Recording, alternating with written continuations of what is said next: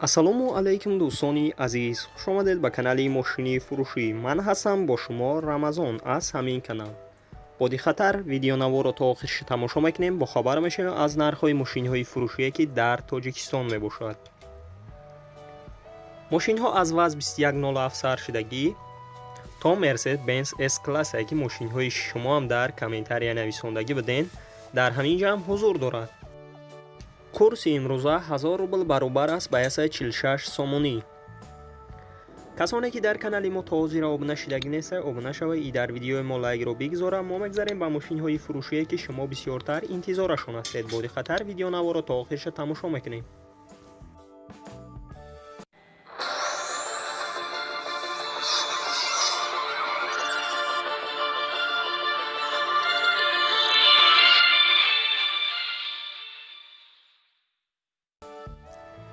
якум мошини фурӯшии мо мебошад и ваз 2107 ки соли бароишаш 10004 дар ҳолати хоби техникӣ қарор дорад дар шаҳри Душанбе. сӯзишвори бензини холия, объём моторш 06, коробка передач механика, нархи мошин 13000 сомоние. ба рубл бигардонем 88000 рубл мешавад. ранги мошин сафед аст, кӯзаш сидан. мошина ҳамаи ҷоша 100% гуфтасе ягон камбудӣ надорад. 4 баллони нав дорад. хадавоиш нав кардагӣ қатъи моторш. агар харидори аниқ бошед, марҳамат рақамҳояшон дар рӯи экрани шумо. метавонед муроҷиат кунед ва маълумоти пурраро дарёфт кунед. дуюм мошини фурӯшии мо мебошад Opel Astra ки дар кузови универсал қарор дорад дар 8. соли бароишаш 1998 сола дар ҳолати беҳтарин қарор дорад. сӯзишвори бензин газа, объём моторш 1.6, коробка передач автоматика, нархи мошин 38000 сомоние. ба рубл бигардонем 258000 рубл мешавад. мошина ҳамаи ҷоша 100% гуфтасе ягон камбудӣ надорад. 4 та электропакет дорад, люк дорад, кондисионер дорад. боз айвагон гирифтагия, якдаст гаштагия. агар харидори аниқ бошед, марҳамат рақамҳояшон дар рӯи экрани шумо. метавонед муроҷиат кунед ва маълумоти пурраро дарёфт кунед. ва мо мегзарем ба дигар мошини фурӯшие ки шумо бисёртар интизорашон ҳастед. сеюм Toyota Avalon, соли бароишаш 2008 сола дар ҳолати хоби техникӣ қарор дорад дар ваҳдат. сӯзишвори бензин газа, объём моторш 3.5 литр, коробка передач автоматика, нархи мошин 70000 сомоние. ба рубл бигардонем 476000 рубл мешавад.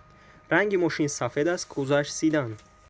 мошин срочно фурӯхта мешавад. агар харидори аниқ бошед, марҳамат рақамҳояшон дар рӯи экрани шумо. метавонед муроҷиат кунед ва маълумоти пурраро дарёфт кунед.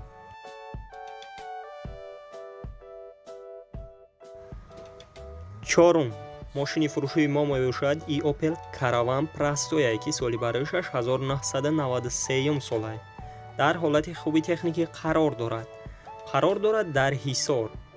сӯзишвори бензини холия, объём моторш 1.6, коробка передач механика, нархи мошин 23000 сомоние. ба рубл бигардонем 156000 рубл мешавад. мошин срочно фурӯхта мешавад. агар харидори аниқ бошед, марҳамат рақамҳояшон дар рӯи экрани шумо.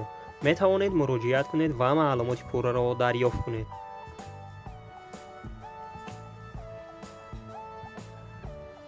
панҷум Mercedes-Benz S-класс, соли бароишаш 1999 дар ҳолати хоби техникӣ қарор дорад дар шаҳри нав.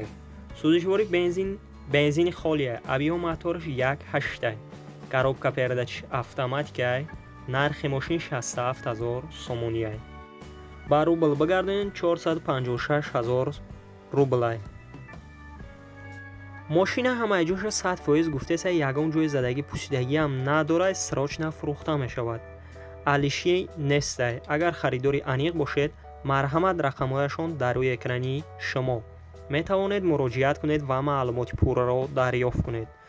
و ما میگذاریم به دیگر ماشین فروشی.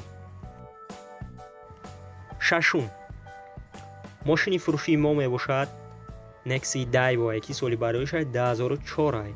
در حالت خوبی تکنیکی قرار دارد درش 8. سوزشوری بنزین گاز است. ابیوم موتورش 1.6 است. коробка передач механик است. نرخ ماشین 21000 سومونی است. با روبل بگردین 143000 روبل می شود. رنگ ماشین کبوت است. کوزش سیدان. ماشین 4 بالون نو دارد. داکیومنتش 100% است. تخصصاتش تا 2021 سال است. اگر خریداری انیق باشید مرحمت رقمهایشان در روی اکرانی شما می توانید مراجعت کنید و معلومات پوره را دریافت کنید. و ما میگذاریم به دیگر ماشین فروشی که شما بسیارتر انتظارشان هستید. بادی خطر ویدیو نوار را تا آخرش تماشا میکنید.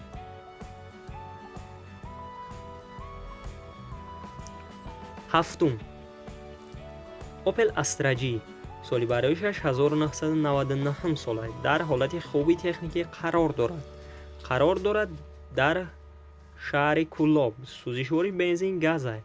ابیوم موتورش 1.6 است. коробка передач механик است. نرخ ماشین 37000 سومونی است. با روبل بگردونیم 252000 روبل می شود. رنگ ماشین سربریسی است. کوزش سیدان می باشد. اگر خریداری انیق باشید مرحمت رقمهایشان در روی اکرانی شما می توانید مراجعت کنید و معلومات پوره را دریافت کنید. هشتم، اوپل وکترا پراستوی سالی برایش 1994 سال است. در حالت خوبی تکنیکی قرار دارد در کانی بادام. سوزشوری بنزین گاز است. ابیوم موتورش 1.8 است. коробка передач механик است. نرخ ماشین 22000 سومونی است. با روبل بگردین 150000 روبل می شود. ماشینچه زور گفته است. اگر خریداری انیق باشید مرحمت رقمهایشان در روی اکرانی شما می توانید مراجعت کنید و معلومات پوره را دریافت کنید. نهم، اوپل دوتی سالی برایش 1997 سال است. در حالت خوبی تکنیکی قرار دارد در فیض‌آباد. سوزشوری بنزین خالی است. ابیوم موتورش 1.8 است. коробка передач механик است. نرخ ماشین 25000 سومونی است. با روبل بگردونیم 170000 روبل می شود. ماشین همه جوش 100% گفته است. اگر خریداری انیق باشید مرحمت رقمهایشان در روی اکرانی شما می توانید مراجعت کنید و معلومات پوره را دریافت کنید. و کسانی که در کانال ما تا حاضر آبونه شدگی نیست آبونه شوید. ای در ویدیو ما لایک را بگذارم. ما میگذاریم بعد دیگر ماشین فروشی که شما بسیارتر انتظارشان هستید. دهم، دایوا لگانزا سالی برایش 1997 سال است. در حالت خوبی تکنیکی قرار دارد در شهر دوشنبه. سوزشوری بنزین گاز است. ابیوم موتورش 1.8 است. коробка передач механик است. نرخ ماشین 14000 سومونی است. با روبل بگردین 95000 روبل می شود. ماشین حالت خوبی بد گفته است. گاز یورو 4 دارد. کاندیسانرش یخ میکند. حجتاش تمام شدگی. اگر خریداری انیق باشید مرحمت رقمهایشان در روی اکرانی شما می توانید مراجعت کنید و معلومات پوره را دریافت کنید. 11، اوپل وکترا پراستوی سالی برایش 1993 سال است. در حالت خوبی تکنیکی قرار دارد در خراسان. سوزشوری بنزین گاز است. ابیوم موتورش 1.6 است. коробка передач механик است. نرخ ماشین 12000 سومونی است. با روبل بگردونید 81000 روبل می شود. رنگ ماشین سفید است. کوزش سیدان می باشد. اگر خریداری انیق باشید مرحمت رقمهایشان در روی اکرانی شما می توانید مراجعت کنید و معلومات پوره را دریافت کنید. 12، تانگن سالی برایش 2008 سال است. در حالت خوبی تکنیکی قرار دارد در شهر دوشنبه. نرخ ماشین 23000 سومونی است. با روبل بگردونید 156000 روبل می شود.